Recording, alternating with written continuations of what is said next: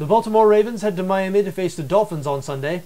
Miami a 2.5-point favorite on BETDAQ, 45.5 the total in this game.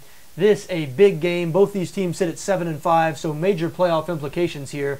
And really, these two teams pretty evenly matched. Baltimore 6th in the league in points scored, 7th in points allowed. Miami 10th in points scored, 6th in points allowed. So we do expect a good competitive game.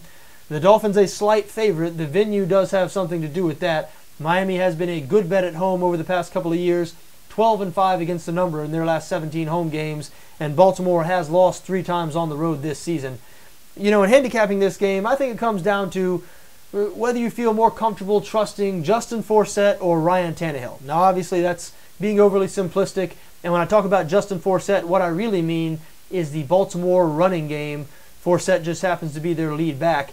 You look at the way these two teams match up. The Ravens are balanced on offense, but I do believe they're going to turn to the running game in this one because Miami not particularly good defending the run. The Dolphins 22nd in rushing defense, and they are excellent in the secondary. Miami 2nd in the NFL against the pass.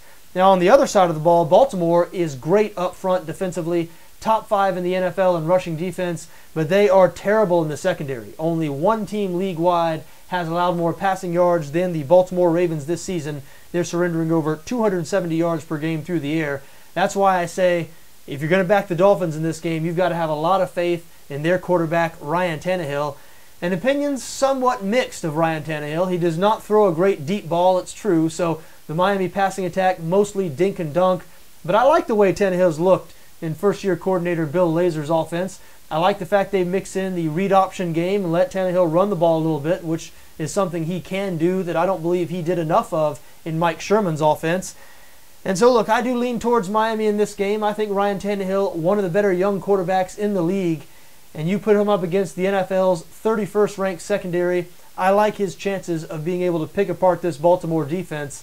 However, I do think the Miami defense is going to have problems with the Baltimore rushing attack that everybody wrote off after Ray Rice was suspended indefinitely early in the season and Bernard Pierce went down with an injury. But in steps Justin Forsett, who's been a third down back throughout his career.